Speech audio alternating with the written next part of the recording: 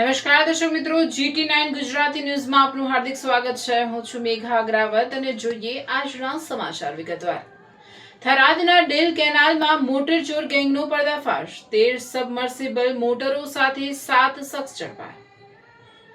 વાવ થરાદ જિલ્લા પોલીસે કેનાલમાંથી પાણી ખેંચવા માટે લગાવવામાં આવતી સબમર્સિબલ મોટરોની ચોરી કરતી ગેંગનો પર્દાફાશ કરી મોટી સફળતા મેળવી છે। એલસીબી ટીમે 7 આરોપીઓને ઝડપી તેમની પાસેથી ચોરી કરાયેલ 13 સબમર્સિબલ મોટરો સહિત કુલ 3.9 લાખનો મુદ્દામાલ કબજે કર્યો છે। આ કામગીરીથી ચોરીના 2 વણ શોધાયેલા ગુનાઓનો પણ ભેદ ઉકેલાયો હોવાનું પોલીસ સૂત્રોએ જણાવ્યું છે।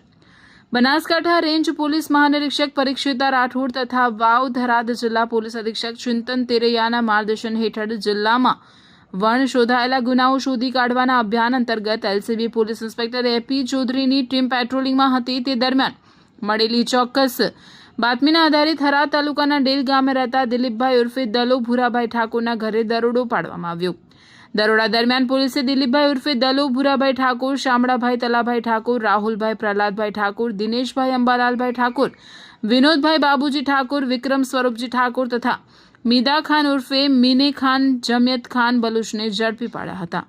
આરોપીઓ પાસેથી પોલીસે 13 સબમર્સિબલ મોટરો, કિંમત ₹2,60,000, ગુનામાં વપરાયેલી એક મોટરસાયકલ કિંમત 50,000, એક કુહાડી તેમજ 8 મોબાઈલ ફોન કિંમત 80,000 મળી કુલ 3,90,050નો મુદ્દામાલ જપ્ત કર્યો હતો।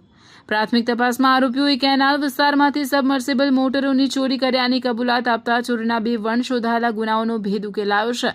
તમામ આરોપીઓની ભારતીય નાગરિક સુરક્ષા સંહિતા 2023ની કલમ 35(1)G હેઠળ અટકાયત કરી વધુ કાયદેસરની કાર્યવાહી માટે થરાદ પોલીસ સ્ટેશનને સોંપવામાં આવ્યા છે। અહેવાલ રાણાભાઈ પારેગી, વાવ થરાદ।